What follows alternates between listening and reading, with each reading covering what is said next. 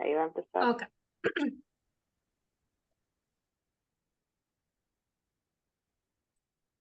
Buenas tardes, bienvenidas y bienvenidos a Diálogos por la Energía Ciudadana, Política y Regulación. Esta es nuestra sexta y última entrevista de este espacio, en el cual vamos a terminar con un tema sumamente relevante para el análisis del Grupo de Acción por la Energía Ciudadana, que es nada más y nada menos que el tema de una política específica para la generación distribuida y comunitaria.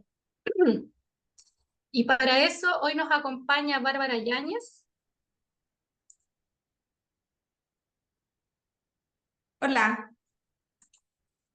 Hola Bárbara. Bárbara es presidenta del directorio de la Asociación Chilena de Energía Solar para el periodo 2022 y 2024 y es la primera mujer que lidera este gremio desde su creación hace 15 años.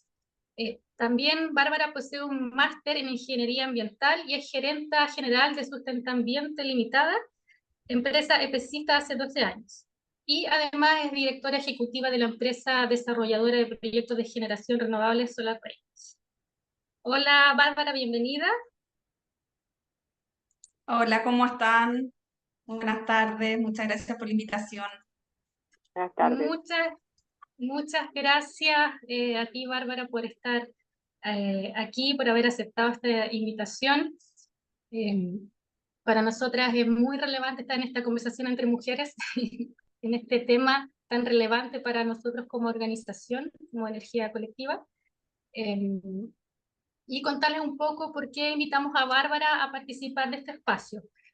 Eh, Resulta que el pasado miércoles 13 de septiembre, en la Mesa de Eficiencia Energética y Descarbonización de la Demanda Residencial del Ministerio de Energía, durante la sesión que abordó el tema de prosumidores, Asesor realizó una presentación en la cual presentó algunos desafíos de los cuales a nosotros nos gustaría destacar tres principalmente. El primero es que tiene que ver con la implementación de avances tecnológicos en la red eléctrica, los cuales deberían apuntar a múltiples beneficios para los usuarios que hoy en la práctica no se ven reflejados. El segundo tiene que ver con la desinformación de la población sobre los costos de las tarifas. Y el tercero, con la inexistencia de incentivos tarifarios. ¿Sí? Además, en esta presentación, Asesor al final, en sus conclusiones, mencionó que como resultado de esta mesa se debiese elaborar una política de energía descentralizada y comunitaria. Y justamente como ese es un tema que nosotros también creemos sumamente importante impulsar en Chile, es que queremos conversar junto a Bárbara específicamente sobre esta propuesta y estos desafíos. Entonces, para empezar, Bárbara, cualquier cosa, si no se escucha bien, tú me dices, porque me parece que estoy como con la conexión un poco inestable. Pero se escucha perfecto. Qué bueno. Sí. Queríamos partir la entrevista haciéndonos cargo de este desafío, o sea, de uno de estos desafíos que tienen que ver con la falta de información, de acceso a la información sobre tarifas. Entonces queríamos pedirte que nos pudiera explicar brevemente cómo se compone la tarifa de electricidad que pagan los clientes regulados. Ya, perfecto. Bueno, vuelvo a agradecer la invitación.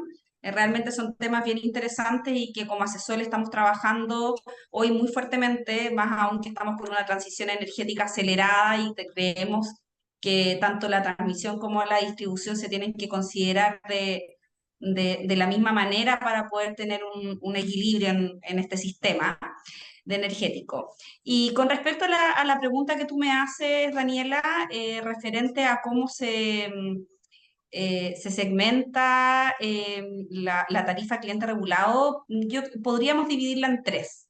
Ya la podemos dividir en una primera cuota mayor que es entre un 60 y un 70%, que tiene que ver con el valor de la energía. Luego viene un 10 a un 20% que tiene que ver con los costos de transmisión y cargos de servicio público. Y el restante tiene que ver con el VAT, que es el valor agregado a la distribución. Ya, el primer el primer ítem, que es el más relevante, que es el valor de la energía y la potencia, es un valor del precio nudo de las licitaciones adjudicadas. Y ese valor lo calcula o lo determina en base a un cálculo la Comisión Nacional de Energía. El segundo punto, que tiene que ver principalmente con los costos de transmisión, en el fondo son los costos de operación, mantenimiento e inversión en las líneas de transmisión, en ese segmento. Y ese también está calculado a través de la Comisión Nacional de Energía. Y el tercero, que es el VAT, tiene que ver con la distribución, con los costos de operación, mantenimiento e inversión en el segmento de distribución. Súper. Fue una explicación súper concisa y muy clara de cómo se segmenta esta tarifa, ¿cierto? Entonces los usuarios pagamos en el fondo, dentro de está el kilowatt hora más los otros cargos y implicarían todo eso que tú nos mencionaste, ¿cierto? Ahora, pensando en cómo proponer un tema súper polémico que es en Chile, que es el tema de una tarifa de inyección mejor de la que hoy existe. Sabemos que hoy día tenemos un sistema de compensaciones de tipo net billing. Pensando en una compensación o una tarifa de inyección mejor y considerando estos componentes que tú nos mencionaste, ¿cómo se podría plantear una tarifa de inyección mejor?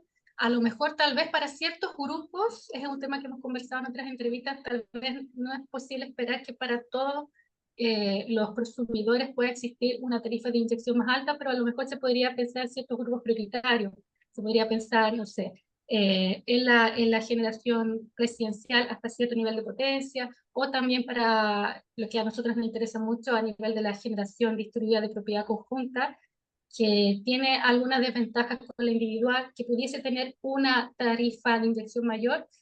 ¿Cómo se podría definir esta tarifa considerando la explicación que nos realizaste recién? Bueno, considerando esta segmentación, me gustaría aclarar que, claro, existe la ley Net Billing en Chile, y la ley Net Billing se diferencia de la ley Net Metering que existe en la mayoría de los países, ¿no es cierto? Donde el retorno es más uno a uno. En el caso de Net Billing tiene que ver con el costo de la energía propiamente tal, por lo tanto, generalmente, bueno, hay una negociación, pero es un 60%, o sea, es decir, si yo consumo energía a 100 pesos, yo mi excedente yo lo voy a vender a través de la ley Net Billing más o menos un 60%. Entonces, en base a tu pregunta, también me gustaría aclarar que el principio de la ley Net Billing tiene que ver con el autoconsumo, no con la venta de la energía. O sea, no promueve que nosotros, clientes regulados, vendamos energía al sistema y seamos unos generadores de energía para venderle al sistema y entregar a la red de distribución, pero sí se puede vender el excedente en base a cálculos para saber cuál es tu potencia a conectar, ya como cliente regulado. Entonces, cuando tú dices cómo pudiese, quizás se puede proponer un mayor retorno de inversión para poder promover implementar estos proyectos de autoconsumo y de generación, siempre considerando el principio de la ley Net Billing, se pudiese trabajar la tarifa en dos puntos. Uno, quizás considerando la transmisión también, que es uno de los temas que toqué, o sea, en el fondo que la remuneración venga también con la transmisión incorporada, que es una propuesta que hemos planteado como asesor en la Cámara. Creo que ese es un punto importante para poder tener un retorno de inversión. Y también, claramente, que si tenemos una tarifa congelada hace bastante tiempo, significa que nuestro costo de energía puede estar congelado para el consumo, pero también para inyectar. Por lo tanto, eso también significa que los retornos de inversión de un proyecto sean más lentos y haya menos incentivo de implementar este tipo de proyectos a clientes regulados. Pudiésemos tender a cómo se implementan en otros tipos de clientes.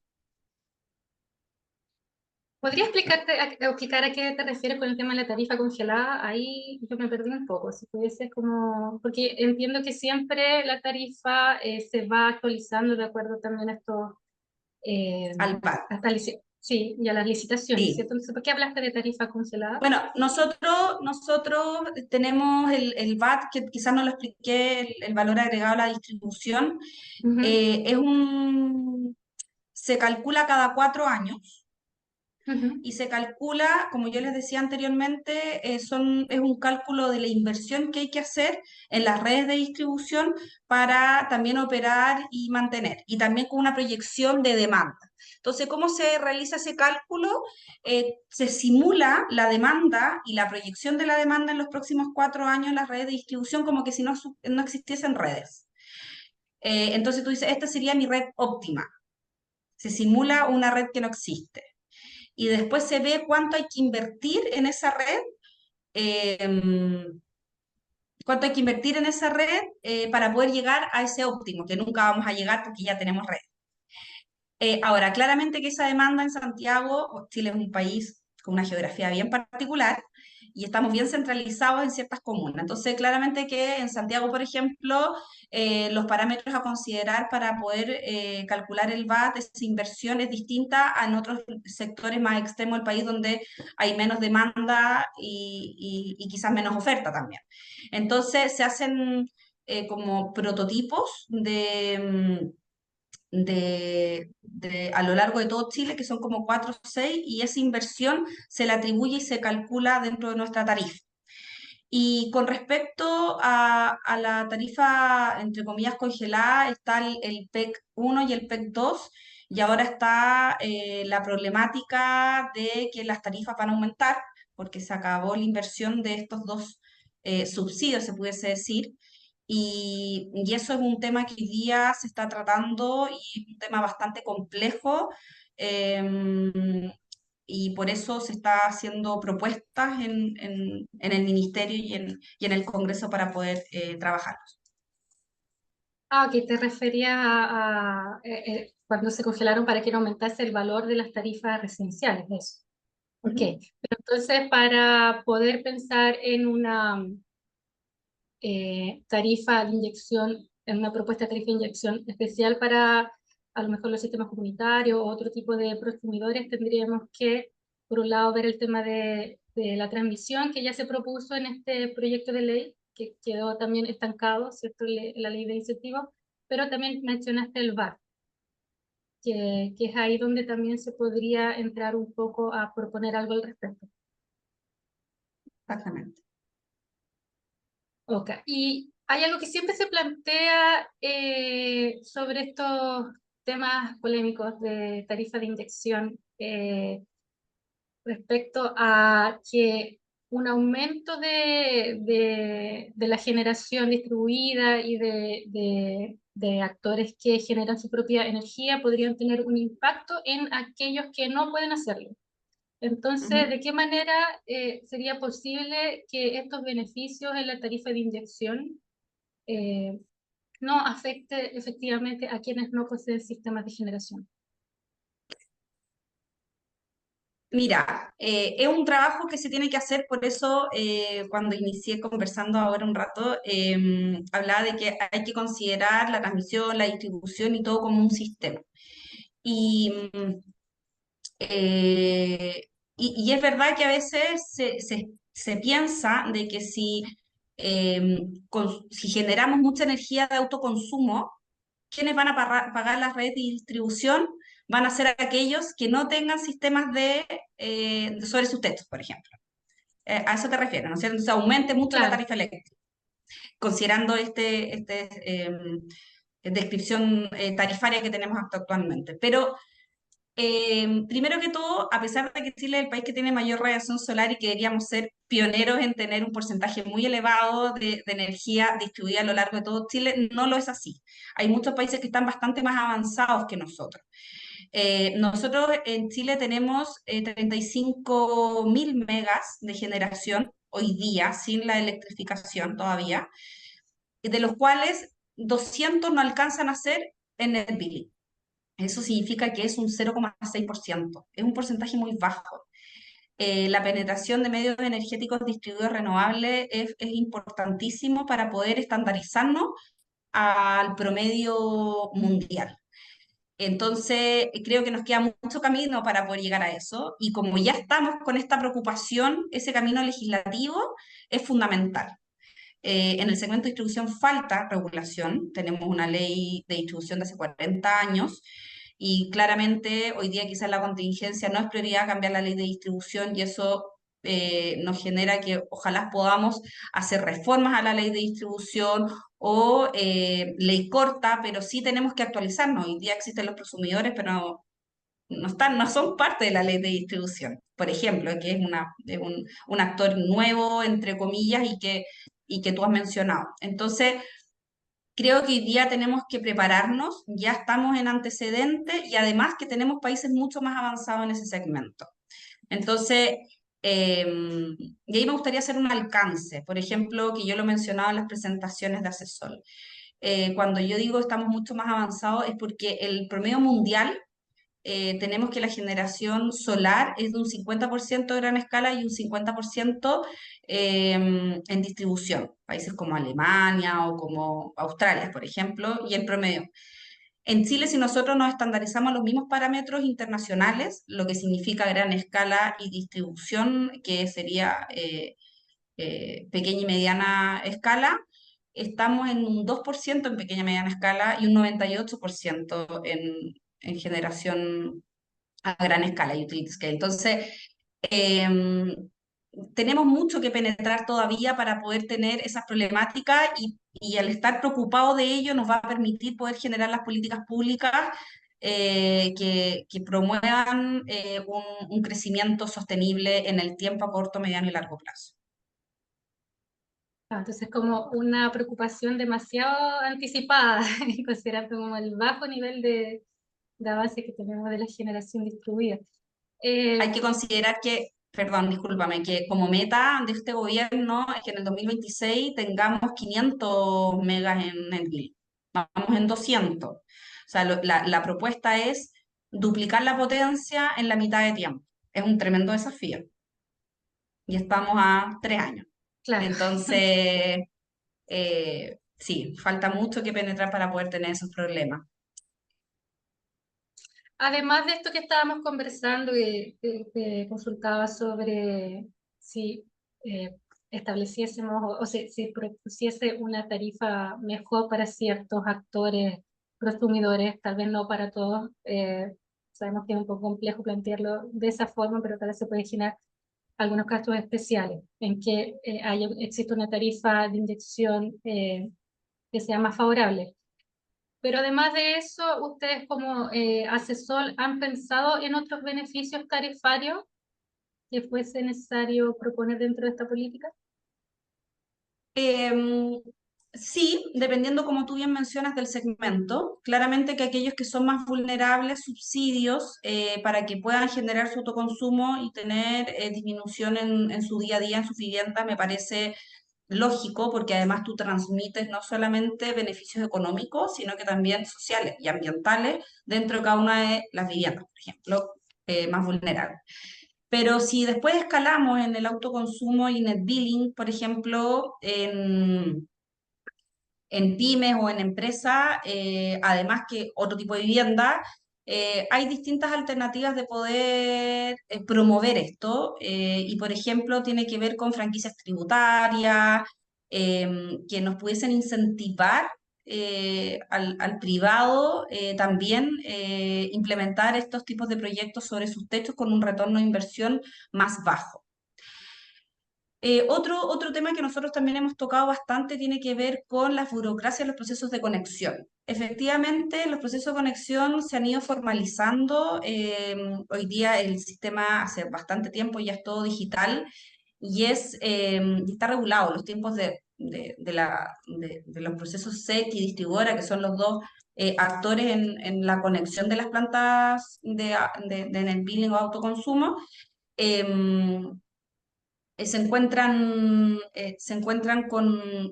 o sea, está más ágil, pero falta mucho camino. Todavía, aunque no lo crean, hay proyectos en este segmento que pueden llegar a demorar un año en conectarse. Por lo tanto, los retornos de la inversión o la inversión crea frenada.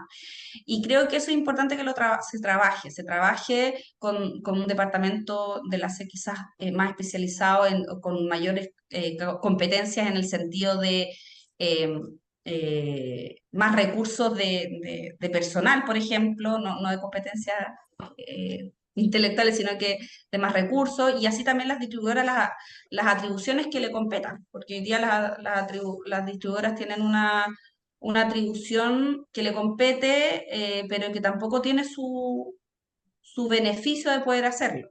Creo que por ahí también hay que ir trabajándolo para poder agilizar estos proyectos y que la conexión sea más ágil. Ok, y ahora volviendo al tema de esta política, ¿consideras que existe el contexto político para proponer una ley sobre energía descentralizada y comunitaria? Em, Creo que el momento perfecto nunca está. Siempre está la urgencia, es una batalla porque siempre está la urgencia. Hoy día hay una propuesta de ley de transición energética en el cual el segmento de distribución se toca muy poquito y creo que hay que darle mayor importancia a ese segmento, indudablemente con los números que te había mencionado con anterioridad. Em, por lo tanto, creo que es algo que tenemos que hoy día trabajar. Indudablemente hay que trabajar en una ley descentralizada, comunitaria, que tiene beneficio y que en el fondo igual minimiza las problemáticas que tenemos hoy en día y que se están tomando como con contingencia, que tiene que ver con el otro segmento que es el de transmisión, los desacoples y las pérdidas de energía a gran escala. Creo que si hoy día implementamos este tipo de proyectos con políticas y con leyes en este segmento, claramente también va a poder ayudar a equilibrar la balanza con respecto al otro segmento. Es un sistema, a veces nos olvidamos de eso. Y entonces, ¿cómo podríamos avanzar en conjunto, entendiendo de que no existe tú dices, siempre no existe el momento perfecto, ¿cierto? Pero considerando el contexto y que existen distintos actores interesados en la promoción de una política específica en la cual también nosotros nos consideramos dentro de ese grupo, ¿cómo podríamos avanzar en conjunto entonces para promover un proyecto de ley en este sentido, desde tu opinión? ¿Qué nos sugieres? En la política energética actualizada del Ministerio de Energía menciona que a finales del 2026, del 2023, perdón, debería haber una política de medios distribuidos elaborada. Sin embargo, esto no vemos mucho avance por la contingencia que hoy día estamos viendo en el mercado de energía. Por lo tanto, cómo poder avanzar en conjunto, yo creo que tiene que ver con un trabajo público-privado, con concientización a la ciudadanía, con la información que corresponda, para poder avanzar en conjunto en esta política que se tiene que desarrollar y que ya está en compromiso. O sea, tiene que haber una política pública que sea la parte como el paraguas para poder ahí ir abordando todos estos temas que se han ido mencionando. Es súper relevante eso que menciona, a nosotros nos hace mucho sentido porque también es parte como de nuestro objetivo poder promover y difundir estos temas a nivel de la ciudadanía. Ahora sí vamos a como al contenido específico de esta política. No sé si ustedes han llegado a pensar, por ejemplo, qué derechos se deberían establecer a través de una ley eh, para la energía descentralizada y comunitaria, para los usuarios y los consumidores.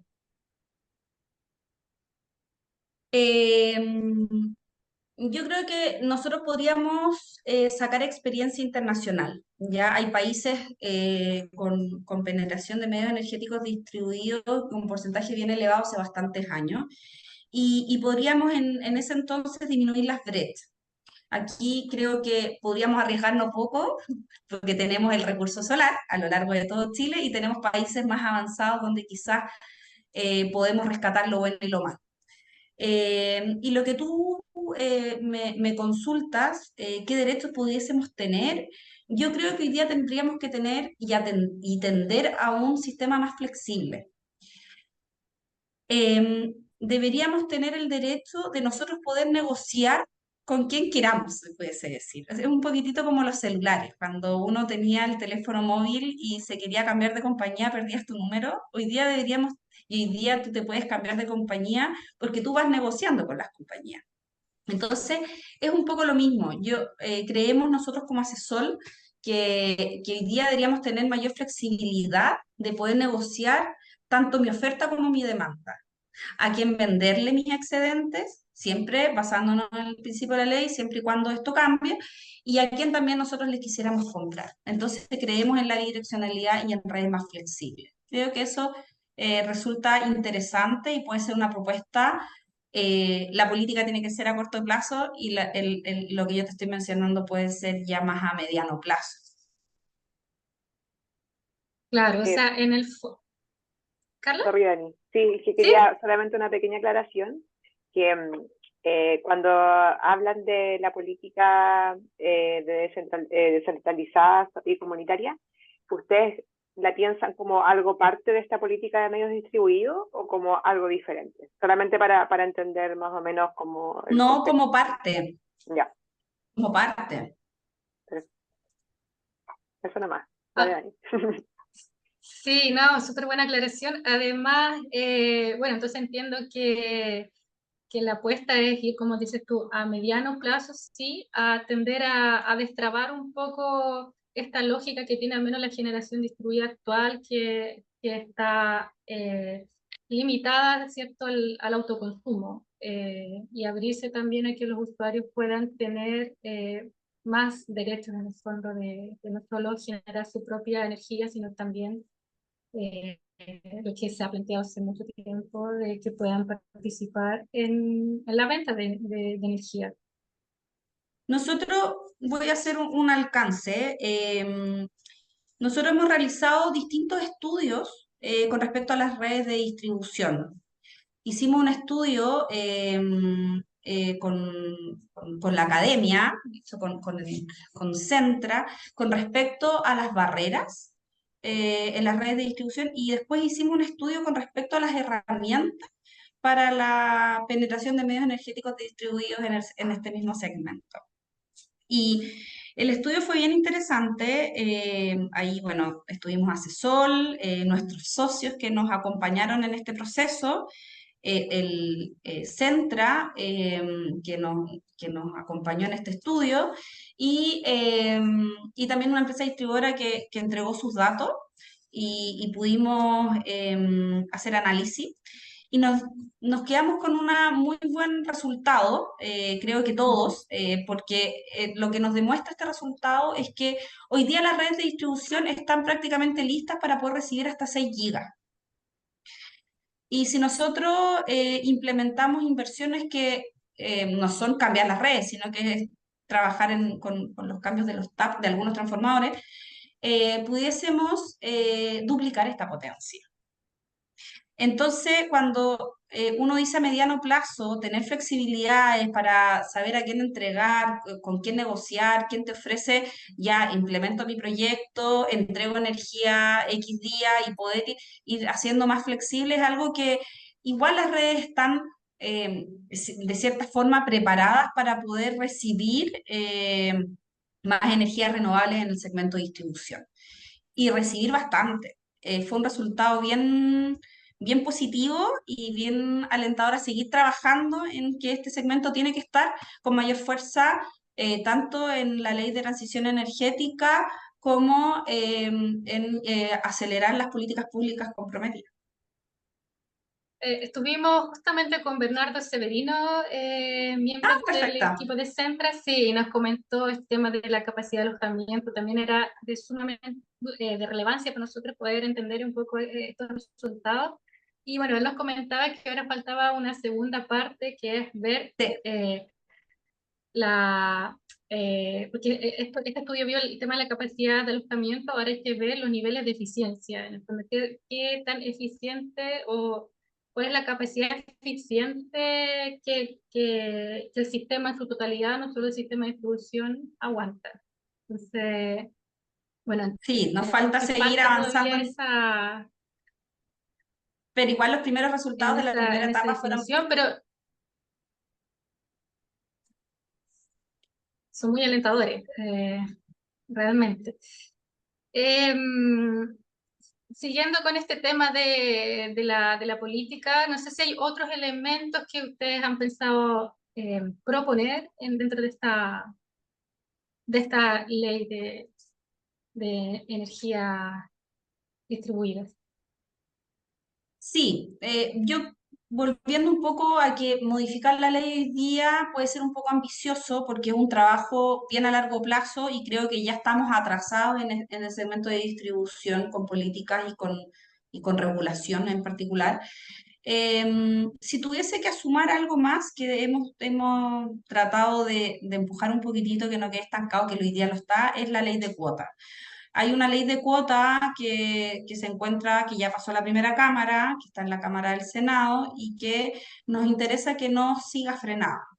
¿Por qué? Porque esta ley de cuota, en algunos de los temas particulares que hoy día podríamos abordar, que a nosotros nos interesan bastante, tiene que ver con efectivamente la cuota de la ley Net Billing, que sería, diría, una potencia conectada de 300 kilowatts pase a poder conectar una potencia inyectada de 500. O sea, estaríamos hablando que el límite de la ley Net Billing pasaría de 300 a 500. Y si nosotros recordamos en el año 2018, donde antes del 2018 la ley era hasta 100 kilos, ¿no es cierto? Y después de la ley en el 2018 aumentó esta cuota a 300. Y en ese año se duplicó la potencia conectada en este segmento. Entonces, creemos que por ya la historia que tenemos, el aumentar la potencia, y por qué no más, por qué no un mega, como otros países quizás, podríamos poder inyectar más energía renovable a través de esta ley y acompañar a todo lo que hemos conversado. Creo que ese es uno de los puntos que estamos bien preocupados con Asesor, de que no queden frenados en el Senado y que se siga avanzando porque nos va a potenciar como país poder seguir trabajando en esta línea. Ese proyecto de ley también considera otros incentivos tarifarios justamente que comentabas al inicio en relación a la transmisión, ¿cierto? O sea, la tarifa de inyección mejoraría considerando los ahorros producidos al no usar la transmisión, el sistema de transmisión. Eso también ¿Es está dentro de ese proyecto. ah, ¿es una pregunta o es una aseveración? Es como una pregunta-afirmación, pero sí, no, es que nosotros también hemos estado siguiendo ese proyecto que, como dices tú, quedó parado y nos interesa como saber qué es lo que en qué va a quedar eso. Un Ya hay tema que trabajo nosotros, hecho. Igual que la ley de claro, distribución, la propuesta de la reforma de la ley de distribución lleva ¿cuánto? ¿4 o 5 años? No podemos ahora dejar lo mismo en la ley de cuotas. O sea, hay trabajo hecho y aprobado por la primera cámara. Ahora tenemos que seguir avanzando, si no vamos a quedar estancados y siempre vamos a estar trabajando en la contingencia y no con una planificación sistémica y considerando todas las variables equilibradamente. ahora en el marco de este mismo proceso de abrirse la posibilidad de nuevas indicaciones a ese proyecto de ley, hay un tema que a nosotros nos interesa poder también abrir un poco de camino y que tiene que ver con el tema de pago por remanentes, que toca también el corazón de la ley, ¿cierto?, de autoconsumo. Pero creemos que como existen algunas, digamos, excepciones en sistemas individuales que cumplan ciertos criterios y cumpliendo esos criterios podrían acceder al pago de remanentes, que en realidad son criterios que limitan bastante el autoconsumo, o sea, como la existencia de pago de remanentes es como bien imposible, pero nos gustaría también como ver la posibilidad de que esa excepción se amplíe a los proyectos de propiedad conjunta, ya que está explícito en la ley de que no es posible, o sea, que los proyectos de propiedad conjunta no tienen posibilidad de recibir pago por remanente. Y creemos que si esa opción se abre, va a significar también que exista mayor interés por esta modalidad de generación que tiene igual, como decía anteriormente, algunas desventajas comparadas con los sistemas individuales. Tiene muchos puntos positivos al permitir la instalación de sistemas mayores, para abrir la participación para personas que, que no pueden instalar un sistema en su casa, pero a la vez también tiene en el tema del incentivo tarifario, tiene esas desventajas. Entonces, ¿tú crees que sería posible impulsar dentro del contexto de este proyecto de ley un cambio para permitir el pago de remanente en proyectos comunitarios? ¿Crees que es algo que se pueda plantear? Si quieres que yo sea muy sincera, yo no sé por qué en este caso de la prohibición de pagos de remanente en proyectos comunitarios está así. Yo desconozco en el fondo por qué se consideró esa variable, porque en el fondo el principio de la ley para otro tipo de clientes se está cumpliendo de igual forma. Sería muy interesante poder lograr que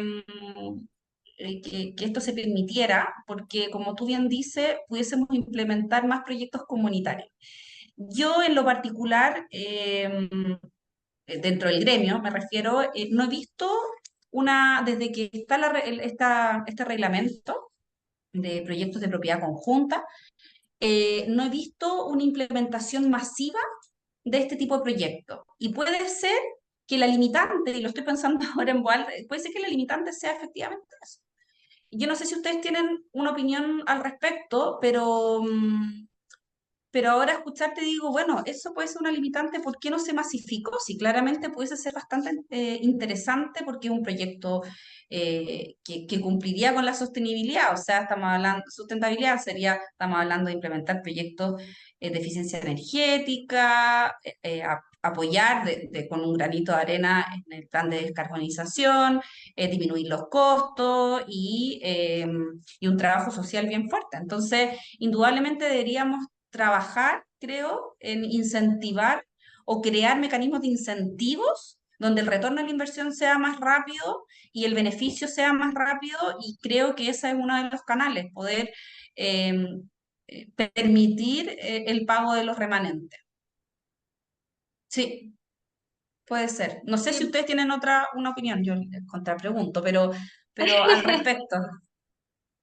sí, bueno, nosotros vemos que se creó esta modalidad, se incorporó en esta regulación, pero que no se generaron justamente los mecanismos para que saliese a flote. O sea, no existen incentivos como específicos, concretos. Por eso también nos interesa mucho que en esta idea de una ley específica, la generación comunitaria pueda tener un capítulo y pueda en el fondo referirse a ella tal vez inclusive con otros términos, porque si tú revisas hoy en día el reglamento, habla de agrupaciones de usuarios.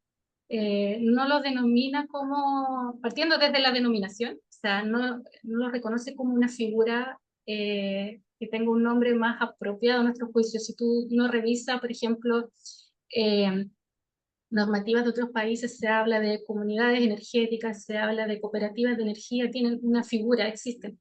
Esto es una agrupación de clientes, como decirlo. Entonces, súper difícil Sí, es que así establecer está, un así está derecho. así está formalizado. De hecho, es un contrato en que tú puedes tener hasta distintas participaciones en porcentaje. Claro. ¿Sabes lo que sería interesante? Estoy pensando en voz alta. Eh, Unir al Ministerio de Vivienda con el Ministerio de Energía. Y no sé si el de Hacienda.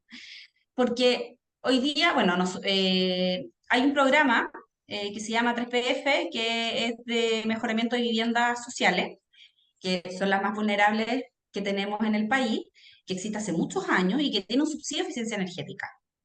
Y ese subsidio de eficiencia energética permite desde el año, yo creo que 2012 más o menos, implementar proyectos de eficiencia energética solar, por ejemplo. Eh, Eléctrico, me refiero a iluminación de los espacios comunes de estas viviendas que viven en comunidad y que son y que solamente está para el beneficio de la comunidad. Pero sería bien interesante que los excedentes, los remanentes de estas plantas sobre sus techos comunitarios pudiesen ingresar como beneficios dentro de cada una de las viviendas, por ejemplo, y poder tener ese retorno si es que también se paga el remanente. Entonces Claro, estás beneficiando al segmento más vulnerable con un subsidio que ya existe, que ya está aprobado hace claro, 11 años, eh, y con mecanismos y con una ley existente, pero si conversaran bien los dos ministerios, pudiésemos implementar y potenciar estos proyectos a nivel comunitario.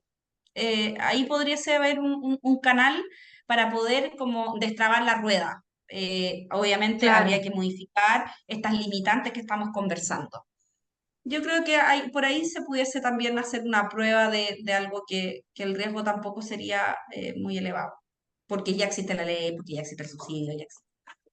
Claro, en el fondo es necesario hacer las modificaciones y visibilizar la generación de propiedad conjunta que no tiene, no existe. Justamente algo que nosotros siempre discutimos, que no hay mecanismos, no hay incentivos, inclusive si tú miras hasta los fondos que hay en la Agencia de Sostenibilidad Energética, no existe nada así como específico para esta modalidad y que existe desde el año 2018. Entonces, es necesario buscar formas y esa que tú planteas realmente es una que debiésemos encaminar. Bueno, Pero no sé ese es una, si, perdón, esa es una cuéntame, acción que tiene que estar amparada en una política pública. claro, ¿Me entiendes? Es como, me mm, adelanté a la acción, pero tiene que haber una política pública que tire los lineamientos y que nos alinee para poder saber hasta dónde queremos llegar, con metas claras y ahí buscar cuáles son los caminos. Perdón, te interrumpí. no, sí, no, súper bien. Y nosotros otro tema que hemos pensado de que existan metas, metas para la generación distribuida, creemos que es complejo de plantearlo, pero creemos que así como a nivel de la gran escala se generó la forma de presionar el desarrollo de la energía renovable, a nivel de la generación distribuida también debiese inventarse la forma de que esto se mueva y que haya una política detrás, eh, revisando y en el fondo empujando esto, de que se vayan cumpliendo cuotas de generación distribuida eh, al mediano y largo plazo. No sé si... Pero mira, ahí hay un punto interesante que es el estudio, porque el estudio, si va arrojando estos buenos resultados, nos va arrojando metas que nos podemos proponer. Claro, Y son metas elevadas, entonces puedes tener metas a corto, mediano y largo plazo con los resultados que nos está arrojando el estudio. claro. El tema es, ¿quién está obligado a cumplir esas metas? Ese ha sido un cuestionamiento que hemos recibido y que tenemos que ir también desarrollando. ¿Qué actor del mercado es el que está obligado a que se meta su punto? Así que, bueno, no sé si Carla tienes algún otro comentario que quiera agregar o, No, ¿sí? todo bien, todo clarito. O Bárbara, ¿tienes tú algo con lo cual te gustaría cerrar la entrevista, algo que no hayamos tocado y tú crees que sea importante que quieras compartir con nosotras? Creo que los temas los abordamos todos, simplemente agradecerles esta entrevista, realmente para Asesol es muy importante lo que estamos trabajando.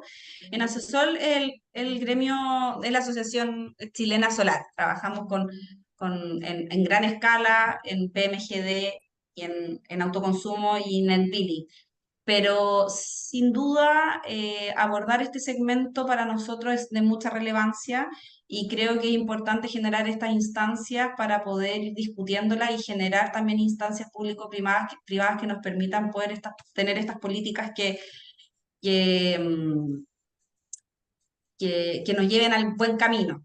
un camino a largo plazo y que sea lo más armónico posible. Muchas gracias, Bárbara. Y bueno, con esto ya estaríamos cerrando la entrevista. Nuevamente, gracias por haber aceptado esta invitación. Esta es la última que realizamos, que estuvimos compartiendo con expertos destacados, tanto nacionales como internacionales. Así que la invitación también es poder revisar las entrevistas que se encuentran en YouTube y en nuestras redes sociales de Energía Colectiva. Y bueno, finalizar diciendo de que todo esto va a ser un gran insumo para la discusión que vamos a proponer para el Grupo de Acción por la Energía Ciudadana que estamos pensando convocar próximamente. Así que muchísimas gracias, Bárbara, gracias, Carla, Muchas gracias a y usted. Que gracias estén bien. también.